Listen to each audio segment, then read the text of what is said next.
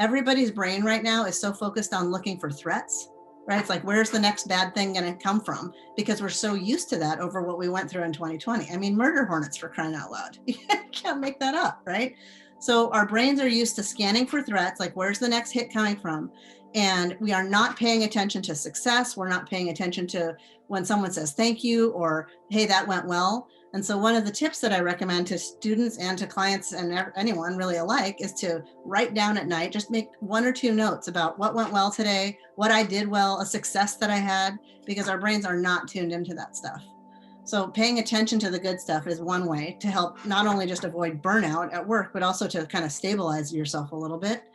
And then another recommendation that I have that I think is going to carry people through to the next couple months here as we transition slowly out of what's called the disillusionment phase and into reconstruction and recovery is focusing on shifting our thinking from a threat to a challenge.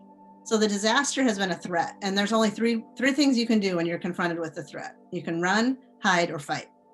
When you are confronted with a challenge, you can pick it apart and overcome it.